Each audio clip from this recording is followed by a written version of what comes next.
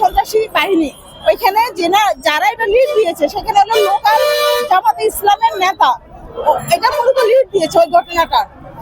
আপনার ওইখানে আমাদের শুধু হামলা না, ওইখানে সমস্ত কিছু লুট করে নিয়ে গেছে। আমাদের 11টা গরু ছিল, সমস্ত মালামাল লুট করে ভাঙচুর করে অগ্নিসংযোগ করেছে এবং আমাদের 30 থেকে 40 জন লোক ওইখানে ছিল, তার মধ্যে 20 জনকে গুরুতর আহত করছে এই উগ্রবাদীরা। কেন করেছে জানেন? মিথ্যা কথা বলে মিথ্যাচার করে গুজব রটিয়ে মানুষ খুশকে দিয়ে ঘটনাটা ঘটিয়েছে। আপনি যে বললেন আপনাদের উপরে জামাতের কোন নেতা? না, ওই ঘটনাটা লোকাল জামাতের নেতা লিড দিয়েছে।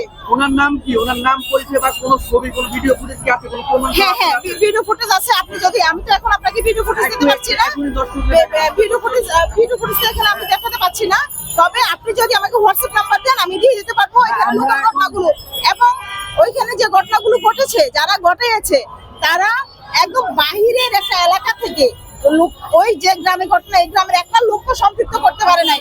বাহিরের লোকদেরকে মসজিদে আমাকে উস্কে দিল কি হিজবুত তৌহিদ এখন হিন্দু, ওরা মুসলমানদের উপর আক্রমণ করেছে। উস্কে দিল কি হিজবুত তৌহিদ মহিলার পিছনে পুরুষের নামাজ পড়ে, হিজবুত তৌহিদ রাসূলকে কটূক্তি করে। এই ধরনের কথা যে শুনবে, একটু ধর্মপ্রাণ মানুষ মানেই তো তাদের ধর্ম অনুভূতিতে আঘাত লাগবে।